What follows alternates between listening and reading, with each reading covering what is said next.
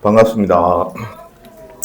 날씨도 추운데 오늘 강의를 위해서 먼 걸음 하신 엄마 아빠들에게 감사드리고 수업 바로 들어가도록 하겠습니다. 저는 옷과 진료를 맡고 있는 안재홍입니다. 반갑습니다. 건강한 임신과 출산의 여정에 대해서 짧은 시간이지만 쭉 달려보도록 하겠습니다.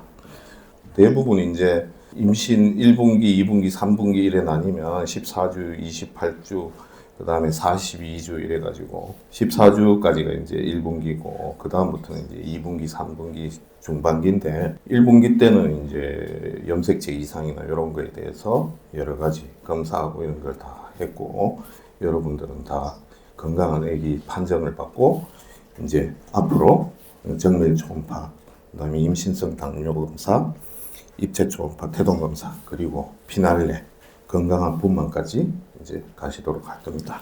이제 20주쯤 되면 아기는 이제 한 300g 정도 되고요. 24주, 이제 한 달에 한 2배 정도 아기가 크기가 큽니다. 24주 정도 되면 한 600g 정도 되고, 28주 정도 되면 1.2kg 정도 되고, 그 다음부터는 거의 일주일에 한 200g씩 쑥쑥쑥쑥 한다고 보시면 됩니다. 이제 항상 체크해야 될 거는 양진태 씨라고 있는데요. 이게 누구냐 하면 양수, 진통, 태동. 이 중에 제일 중요한 게 뭘까요? 태동이죠. 27주쯤 되면 이제 1kg 정도 되는데 양수가 터졌다. 진통이 와서 아기가 나왔다. 1kg 정도 아기는 이제 우리 대한민국 대구에서도 다 살리거든요. 그런데 39주에 태동이 없다. 이런 경우는 안 되겠죠. 특히 아기들은 밤에 야행성이거든요. 10시, 11시, 12시, 1시, 2시 그때 잘 움직이니까 밤에 잘 움직이는 아기가 너무 조용하다. 그러면 검사실에 와서 뭐 태동 검사를 하든지 초음파로 확인을 하든지 그렇게 하셔야 돼요. 가장 중요한 것은 태동이다. 아시겠죠? 정밀 초음파는 이제 한 20주에서 24주 요때 이제 시행을 하고요. 머리끝에서 발끝까지 쭉 봅니다. 보통 진료실에서 쭉 보는 것보다 뇌하고 심장 이런 쪽으로 위주로 이제 좀 보고요. 이때쯤 되면 자궁경부 길이 이제 이게 아주 중요한데 이게 이제 2.5cm 미만이면은 수축이 오거나 이러면 빨리 짧아지고 자궁문이 열려서 조산을 할 수 있기 때문에 보통 20주 정밀 초음파 볼 때 이렇게 저는 100이면 100 산모분들 자궁경부 길이를 잽니다. 이게 TYVU 해가지고 점점 정도가 심해지는 건데 U자형으로 이렇게 되면 거의 이제 자궁문이 종이장처럼 많이 얇아져 있다 그렇게 생각하시면 되고요. 조산으로 진행될 수 있기 때문에 20주쯤 되면 혹시 원장님 경부 길이 안 재주시나요? 이렇게 꼭 물어보시고 담당 원장님한테 경부 길이 좀 재달라고 하세요. 특히 또 이제 쌍둥이 가지신 분들은 그 태아보험하고 이런 거 들려고 하면 이제 경부 길이가 한 4cm 이상 돼야 되거든요. 그렇기 때문에 참고하시면 되겠습니다.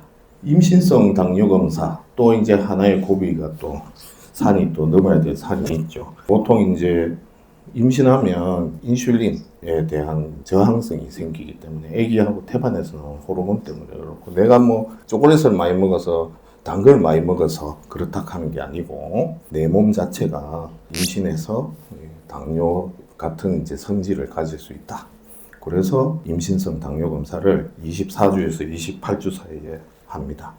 50g 경구당번 검사를 해서 140 미만이면 정상이고 139하고 141하고 차이 별로 없잖아요. 근데 139는 검사 안 해도 되고 141인 경우도 안 해도 될 것 같지만 의외로 해보면 기준치가 95, 180, 155, 140 이렇게 돼 있거든요. 2개 이상 기준치를 넘으면 임신성 당뇨 판정을 받는데 한 개만 만약에 뭐 200 얼마 나왔다. 그런 경우는 임신성 당뇨가 아니고 2개 이상 높으면 이제 임신성 당뇨로 판정을 받게 되죠.